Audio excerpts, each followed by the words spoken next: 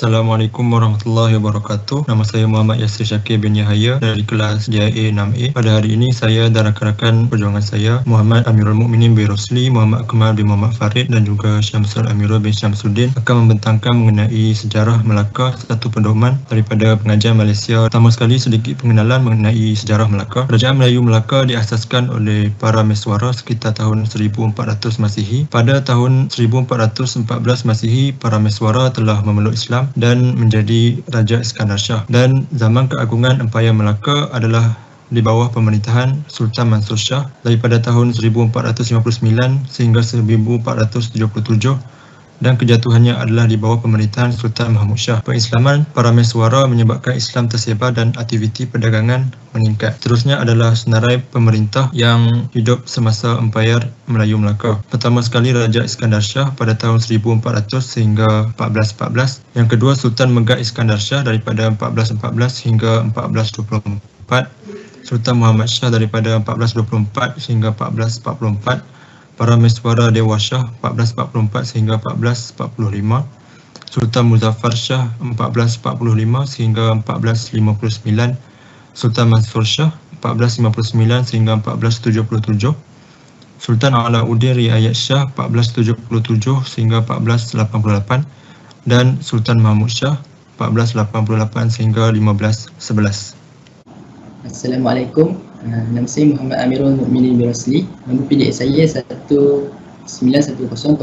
Saya akan menerangkan tentang faktor-faktor keagungan Melaka suatu ketika dahulu. Antara faktor keagungan Melaka adalah kerana Melaka mempunyai sistem pentadbiran yang sistematik. Yang kedua, kedudukan geografi yang strategik. Yang ketiga, sistem perundangan yang berkesan. Dan yang terakhir, Melaka telah dijadikan sebagai medan penyebaran Islam. Sistem pentadbiran yang sistematik adalah kerana Melaka mengamalkan sistem pembesar 4 lipatan, di mana Sultan sebagai ketua pemerintah yang dibantu oleh 4 pembesar. Selain itu, Sultan dianggap berdaulat, iaitu daulat bermaksud kesempurnaan, keistimewaan, kuasa tertinggi dan kewibawaan pemerintah. Seterusnya adalah kedudukan geografi yang strategik, di mana Melaka terletak di Selat Melaka, iaitu di pertengahan jalan perdagangan antara timur dan juga barat. Selain itu, pelabuhan Melaka terlindung daripada angin monsun barat daya. Ini menjadikan sebagai Melaka adalah tempat pelabuhan yang diminati oleh para pedagang. Perairan Selat Melaka juga yang sempit telah menjadikan Melaka sebagai laluan kapal-kapal oleh para pedagang, dan Melaka mampu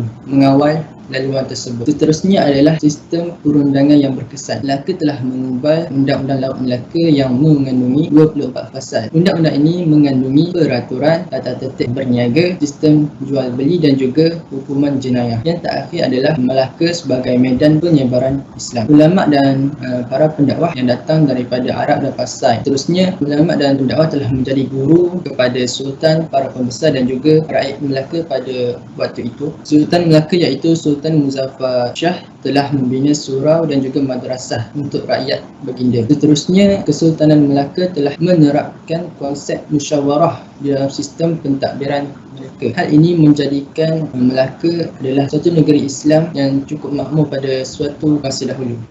Assalamualaikum warahmatullahi wabarakatuh. Nama saya Muhammad Akmal bin Muhammad Farid di PDA 1910007. Saya akan meneruskan pembentangan hari ini dengan membentangkan faktor kejatuhan Melaka. Terdapat beberapa faktor kejatuhan Melaka seperti kelemahan dalam perpaduan, kelemahan sistem kepimpinan, kelemahan pejuang-pejuang Melaka dan datangan Portugis. Faktor yang pertama iaitu kelemahan dalam perpaduan. Kelemahan dalam perpaduan ini dapat dilihat apabila berlakunya perbalahan di antara pembesar-pembesar. Hal ini telah menimbulkan beberapa puak seperti Melayu, India Muslim, puak tua dan juga puak muda. Ini telah menjadikan pentadbiran mereka tidak bersatu padu, berpecah belah dan menjadikan pentadbiran dan kepimpinan mereka makin lemah. Faktor yang kedua ialah kelemahan sistem kepimpinan. Kelemahan sistem kepimpinan ini dapat dilihat ketika Sultan Mahmud Shah yang telah menjatuhkan hukuman bunuh terhadap Tun Mutahir tanpa ada usul periksa. Mutahir merupakan seorang yang mempunyai sikap pilih kasih. Hal ini telah menjadikan pembesar-pembesar yang lain berasa iri hati kepada Tun Mutahir dan telah memfitnahnya dengan fitnah bahawa Tun Mutahir ingin mengatasi kekayaan Sultan. Perkara ini telah menjadikan murka terhadap Tun Mutahir dan Tun Mutahir telah dikenakan hukuman bunuh tanpa ada usul periksa. Setelah itu, tempat Tun Mutahir telah digantikan oleh Tun Pepatih Putih yang merupakan seorang yang uzur. Hal ini telah menjadikan pikiran mereka lemah kerana tiada pemimpin yang berwibawa, fitnah dan rasuah berluasa. Dan sistem cukai yang digunakan, cukai yang sedia ada tidak digunakan, malah dia mengenakan cukai yang lebih tinggi, mengakibatkan pedagang-pedagang tidak ingin menggunakan pelabuhan di Melaka. Pedagang lebih memilih untuk kan pelabuhan yang lain yang mengenakan cukai yang lebih rendah. Terusnya adalah kelemahan pejuang-pejuang Melaka. Masa kedatangan Portugis ke Melaka, Portugis menyerang Melaka, kelengkapan dan kemodenan senjata yang dimiliki oleh Portugis mengatasi senjata orang Melayu. Askar-askar Melayu hanya menggunakan senjata tradisional Melayu seperti pedang, keris, senapang dan meriam. Namun, Portugis menggunakan senjata yang lebih moden seperti meriam yang mampu menembak dengan jarak yang lebih jauh. Hal ini menyebabkan askar-askar Melaka tidak berjaya mengatasi serangan Portugis. Yang terakhir sekali adalah kedatangan Portugis. Kedatangan Portugis ke Melaka adalah untuk menguasai perdagangan, naikkan martabat mereka dan juga menyebarkan agama Kristian. Kedatangan Portugis ke Melaka telah berjaya menawan Melaka secara rasminya dan mengakibatkan Melaka dikuasai oleh Portugis dan Sultan Melaka terpaksa melarikan diri ke negeri lain. Saya Syamsul Amir bin Samsudin. Saya akan meneruskan pembentangan ini. Yang pertama adalah nilai murni. Nilai murni yang pertama ialah nilai saling bekerjasama. Seperti yang kita tahu, kerjasama akan kunci untuk memupuk sikap perpaduan sesebuah negara. Perkara ini telah dibuktikan pada zaman kegemilangan Sultan Melaka, di mana masyarakat pada masa itu mereka mengadakan pelbagai majlis keramaian dan keagamaan. Hal ini secara tidak langsung telah mewujudkan nilai perpaduan sesama masyarakat dan seterusnya mendorong ke arah kewujudan sebuah negara yang harmoni. Kedua adalah nilai menghormati pemimpin. Hal ini kerana jika rakyat menghormati para pemimpin, sudah semestinya negara akan menjadi aman dan sejahtera kerana rakyat amat mempercayai pemimpin mereka. Sekali nilai saling bermuafakat. Muafakat sangat penting dalam mencapai sesuatu matlamat, tujuan ataupun keputusan. Hal ini kerana apabila sesuatu pihak bermuafakat dalam menentukan sesuatu perkara, keputusan yang diperolehi adalah adil dan dapat mengelakkan daripada timbulnya perasaan tidak puas hati.